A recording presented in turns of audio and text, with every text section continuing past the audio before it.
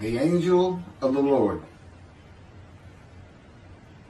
Rashi says in his introduction to Zechariah chapter 1, the prophecy of Zechariah is extremely enigmatic because it contains visions resembling a dream that requires an interpretation.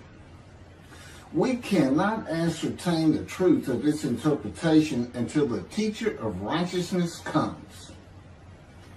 Nonetheless, I will put my heart to recounseling the verses one by one, according to the interpretations that resemble it, and follow the interpretation of Jonathan.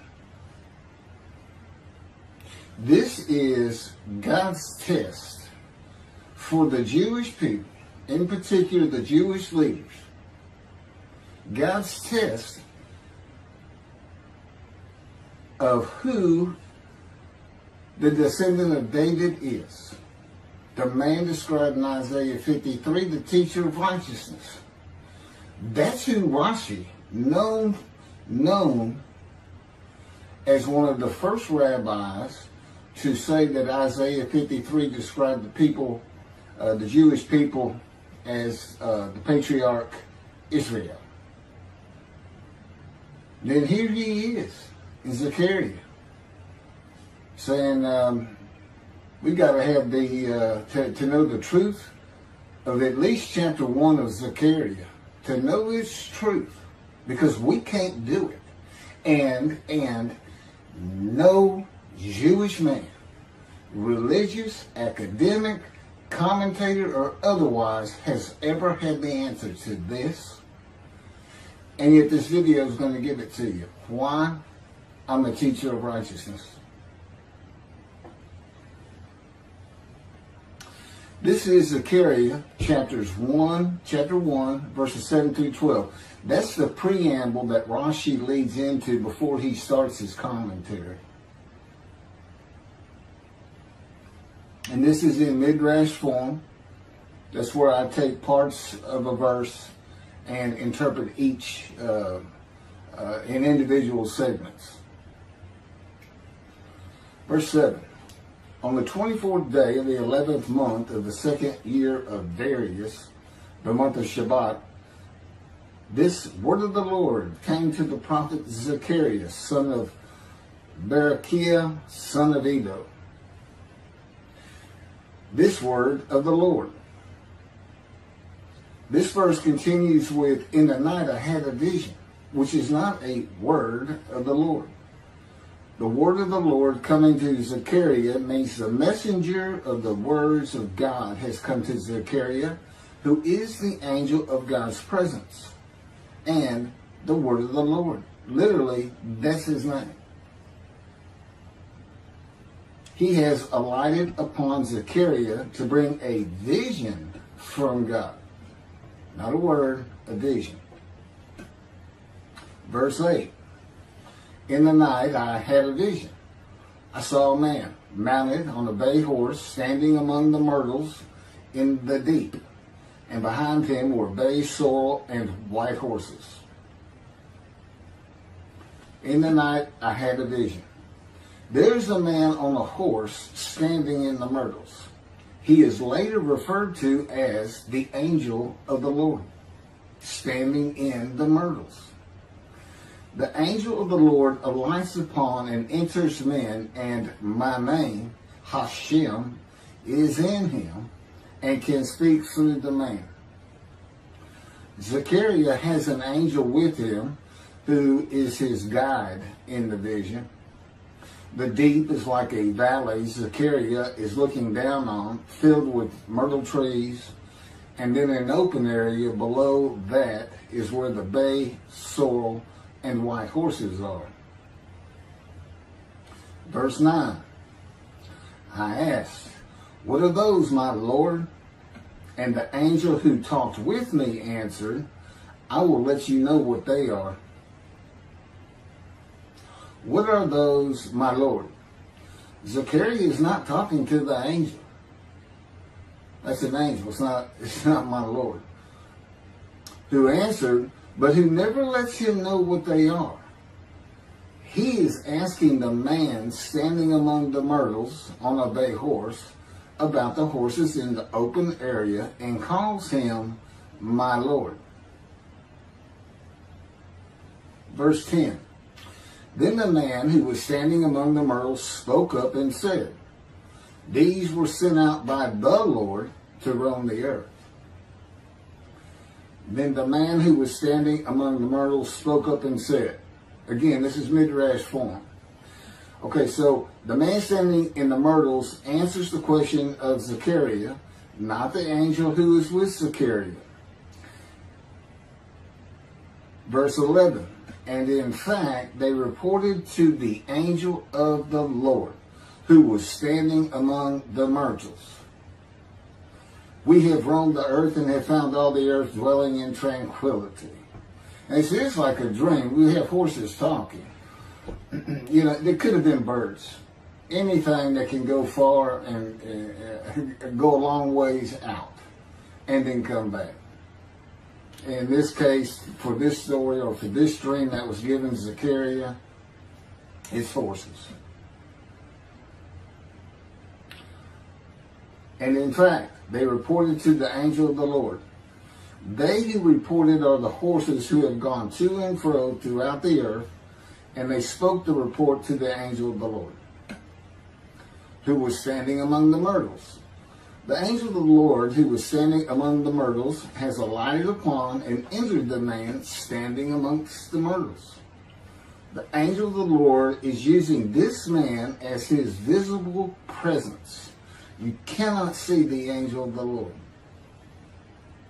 Just as he once used a burning bush for his visible presence, and God spoke through him to Moses. Not just as his visible presence, he also used the man to say, these were sent out by the Lord to roam the earth. In other words, it sounded like the answer was coming from this man. But it's coming from the angel of the Lord, and God is in that angel, his presence. Because that's the angel of his presence. You can find that in Isaiah chapter 63. I don't recall the verse. I never see anything on the angel of his presence. Wherever God's presence is, the presence that enters the temple, I never hear any mention of the angel that has to be with him. Why? It's the angel of his presence,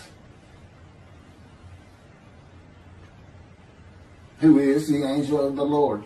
Yeah, I believe, and I'm not certain about this, but I've heard it at least one or two times, and that is Christianity believes the angel of the Lord is Jesus Christ. Thereupon the angel of the Lord exclaimed, O Lord of hosts, how long will you withhold pardon from Jerusalem and the towns of Judah, which you placed under a curse 70 years ago? Thereupon the angel of the Lord exclaimed. Okay, so the angel of the Lord exclaimed through the man.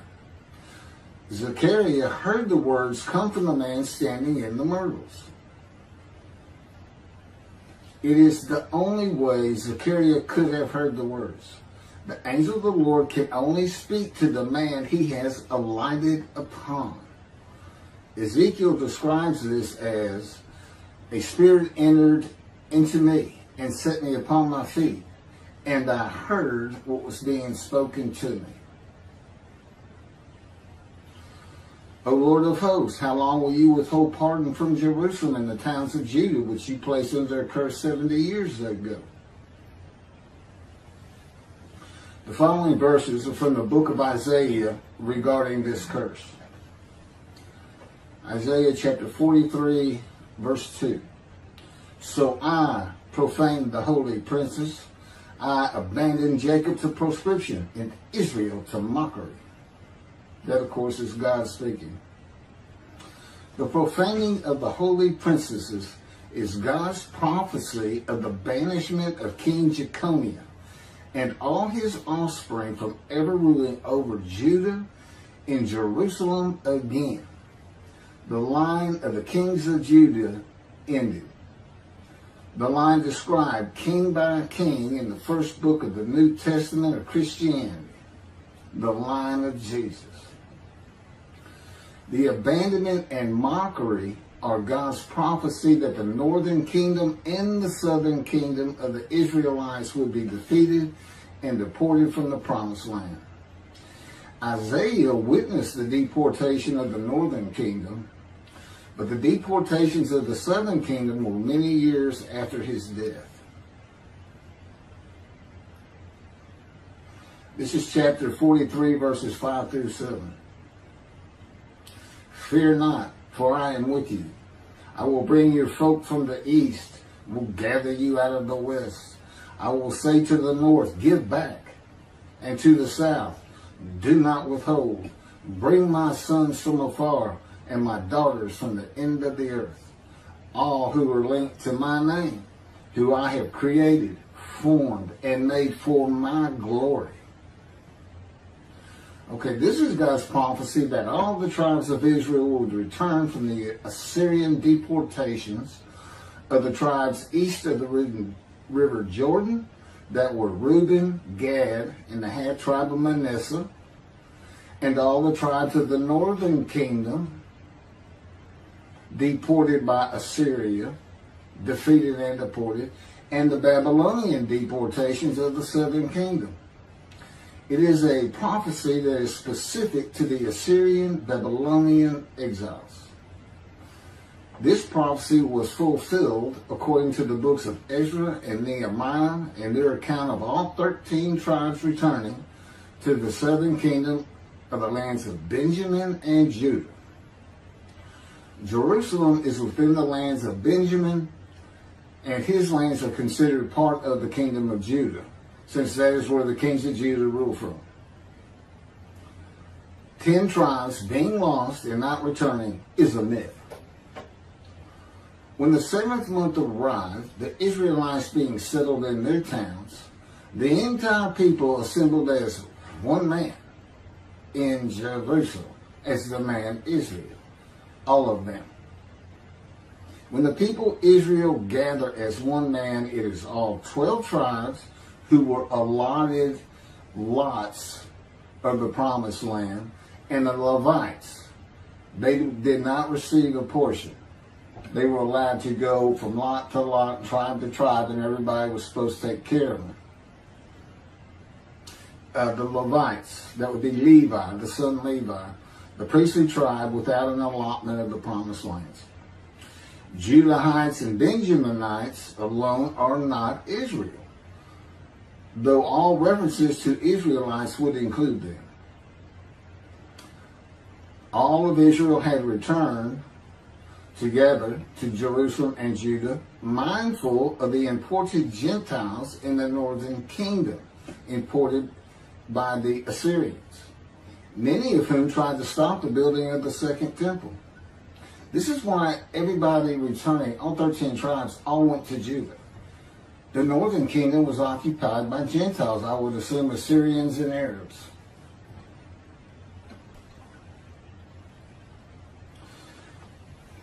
This is 1 Chronicles chapter 9, verses 2 and 3.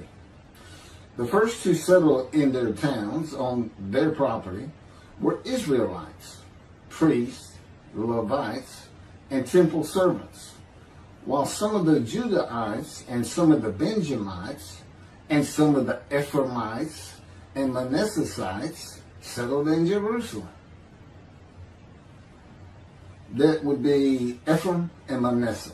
Manasseh was such a large tribe, it had to be broken in. It was broken in two. Half of it set up, their allotment was east of the river Jordan by about where Edom would be. And well, that was the tribe of Gad.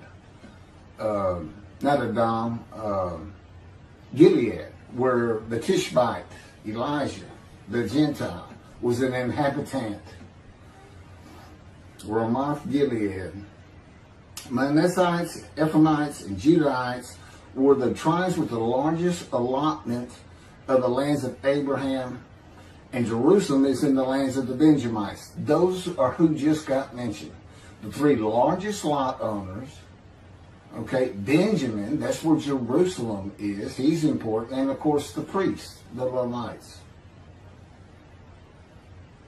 So Ephraim and Manasseh were not lost tribes, as many believe from writings outside of the Bible. There never were lost tribes according to the Bible. Okay, so all 13 tribes returned and settled in new towns. The accounts of the deportations indicate there was not much left of the old towns. There is no account of how the new towns were settled, though it is unlikely it was based on prior ownership. The exile lasted too long for the deported owners to still be alive, and the tribes of the northern kingdom had to build new towns to live in. It also says the Levites settled in on their lands. So everybody had to pick and choose, and I'm sure the strong and wealthy got the best places, and again, many just settled in Jerusalem. Okay, this is Isaiah chapter 43, verse 14. Thus said the Lord, your Redeemer, the Holy One of Israel, for your sake I send to Babylon. I will bring down all her bars, and the Chaldeans shall raise their voice in lamentation. This is God's prophecy that Assyria would be conquered by the Babylonians, who were defeated by the Chaldeans. But they actually go back and forth and actually became somewhat intermingled, Chaldeans and Babylonians. And that he would raise up the Gentile anointed king Cyrus of Persia to conquer them, to clear the way for all the tribes to return. That's how he cleared the way to the desert or made rivers for them. Basically, he got Cyrus to release them. Chapter 43, verse 25. And I never hear anything about this. It is I who, for my own sake, wipe your transgressions away and remember your sins no more. Okay, this is God doing, and he says this, something new. I'm going to do something new for the Israelites. This story repeats with the new covenant that includes sin forgiveness of the Jewish people that arise with Elijah and the angel of the covenant after the exiles of the Roman dispersal return to the land of Israel in a time to come. That's from Jeremiah chapter 31. The Jewish people have returned from the Roman dispersal of them throughout the world, the diaspora, which means outside of the promised land, outside of Israel, to a land that lay desolate for more than 2,000 years until after the Holocaust, and they created the state of Israel in 1948. 70 years later, and that's funny too, because they talk about a curse of 70 years. That 70 years, I believe, just applies to the last of 3 deportations of Judah and the defeat by the Babylonians, because the northern kingdom had been defeated and deported long before that, and the first to be defeated and taken to the lands of Assyria was Gad, the half tribe of Manasseh, the lands east of the river Jordan. 70 years later, the land blooms again, and Jerusalem has been rebuilt as a great city, larger than it was in ancient times, according to God's words in Jeremiah 31. The time to come to deliver the new covenant with sin forgiveness is here. That's very important for the interpretation of at least chapter 1 of Zechariah. That means the angel of the covenant that you desire of Malachi 3 is on his way, followed by God and the messenger Elijah. And when God's third temple is built, he will return to it suddenly. This is the day of the Lord. That's Malachi chapter 3. Now, Zechariah is in Jerusalem, and the construction on the second temple is about to begin. Isaiah has written God's words of sin forgiveness, which would have removed the curse long before this, when they were returning, when the remnant of the 13 tribes was returning. And the angel of the Lord proclaims, O Lord of hosts, how long will you withhold pardon from Jerusalem and the towns of Judah, which you placed under a curse 70 years ago? Okay, this vision of Zechariah and the words of the angel of the Lord through the man standing in the myrtles regarding the curse 70 years ago is to make Zechariah think and try to understand why the angel of the Lord would say this. From his perspective, the curse was lifted. He was back in Jerusalem with all the tribes preparing to build the second temple. The vision is for Zechariah to find out how and when the curse was lifted. And that's important today, because this is the day of the Lord. The new covenant is here, and every single Jew throughout the world is forgiven of their sins right now. And that message has been given to me to be delivered. And it's not getting out there. It's just not getting out there, and that's what happened here. Because if you read Ezra and Nehemiah, it's clear they had no idea that their slates had been claimed. And sin and continue. Once you know that God has just said, okay, I'm not going to remember any of that. Let's all start fresh. I'm here with the covenant of friendship. Let's everybody start being observant Jews. Okay? Which would include going to Yom Kippur. Having a slate clean does not mean you have a lifetime now of sin forgiveness. The books of Ezra and Nehemiah reveal, this is how God had me write it down. This is from the book, Isaiah 53, in the day of the Lord, that was dictated to me. The books of Ezra and Nehemiah reveal that the 13 tribes did not know they had been right. We had to wait for the teacher of righteousness to know. And this is another thing I never see in this Messianic era that is taught, that is coming, is that God is with the descendant of David as he was with Moses. I mean, just right there with him.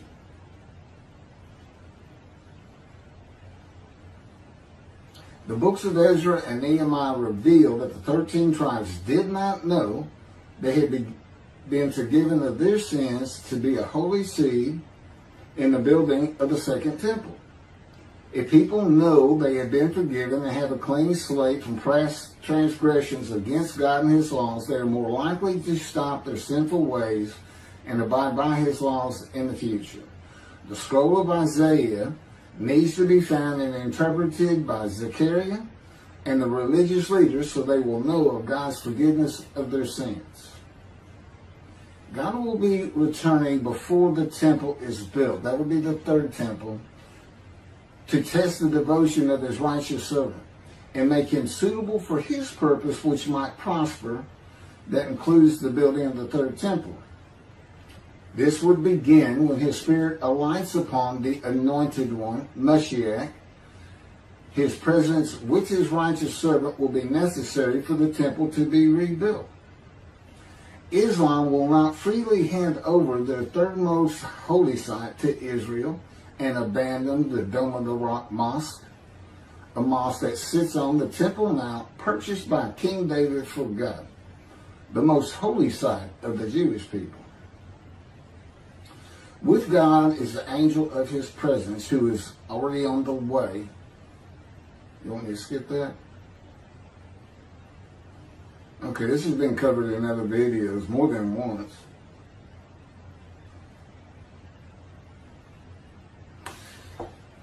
The prophet like Moses will have other similarity to Moses beyond writing God's words at his command and direction. As this was written, at God's command and direction, I typed those words. To the greatest degree possible for any human being, Moshe's identity and existence became one with the Creator. Now that's who you're looking for when you say the prophet like Moses. It's not Joshua. I've heard that one, which is, it says right there on that page, there's never been another prophet like Moses. Well, his attendant Joshua standing right there, if that's, anyway. Moshe's identity and existence became one with the Creator. I don't think you can say that of Joshua. I don't think you can say that of any man until the Spirit of God alights upon him in chapter 11 of Isaiah. He surrendered himself to God to the extent that our sages say the Shekinah, divine presence, which is the angel of his presence, who is the Holy Spirit. He's an angel, and his body is not human form with wings. His body is the Spirit of God. Wherever God is, his Spirit is. Wherever his presence is, the angel of his presence is. They're always together. So when they alight upon a man and say, okay, we have tasks for you, that man immediately becomes a man in divine beings. And that's the Shekinah. That's the Spirit of God and the presence of God entering into the temple, which would include the angel of his presence. The Shekinah spoke through Moshe's throat. As I have mentioned, God can speak through me. You're only going to know it, just like with the man standing in the myrtles, by the words that are spoken. Okay? Because it's my voice. But it's not me. You know, I can tell the difference. You can't, other than those would be how God would state it. And you can, if you watch closely, you can see it happen in all these videos. I mean, for the most part. Where God just, you know, he just throws out a sentence or two. And I just keep going, you know. I let him get done, and I just pick up from there. We've been working on this for over 13 years. That's from the Zohar, Volume 3, page 232a. And then it says, i.e., he was God's veritable mouthpiece on this earth. That's from the Sefer Hashikos 5749, Volume 1, page 290, and a footnote. The prophet, like Moses, will also have the answer to these questions. Quote, the great Jewish philosophers try to understand the question of how Moses heard God literally, some insisting that God spoke actual words and Moses heard them with his ears, while others suggest that God's speech was communicated silently to Moses' intellect and only uttered in sound by Moses himself. Maimonides, Rambam, even as he affirmed the communication between God and Moses as a fundamental Jewish belief, ultimately conceded the mysteriousness of that process. The entire Torah reached Moses from God in a manner which is figuratively described as speech, but no one has ever known how that took place except Moses himself, whom that speech reached. That's commentary on the Mishnah, Sanhedrin, chapter 1. Well, I have the answers, and I've been telling you the answers. God is in his Spirit. Spirit enters into you because we find it in Ezekiel. There's where God tells you. God was telling Ezekiel, Ezekiel, get up on your feet. Ezekiel says, at that very moment, a spirit entered into me, and I could hear the words of God. There it is. When he enters him. Now, he's not hearing that through his ears. There's the first question answered. It's not to your ears. And there is a silent knowing. That's what we call it, what God has taught me. Now, generally, I just hear words as though they came in through my ears and they're in my mind, as though my eyes and my ears had perceived. But he can put just knowledge into my mind without uttering a word. And it's kind of can be pointed out easiest with when he comes to a man, and like he came to Samuel, and Samuel just says, here I am. It's as though before he speaks to you, and this is what happened with me, he put in a knowledge in my mind that the God of creation was about to speak to me. And so when he did speak, it was as though he had always been there speaking to me. Not unlike how Adam would have felt.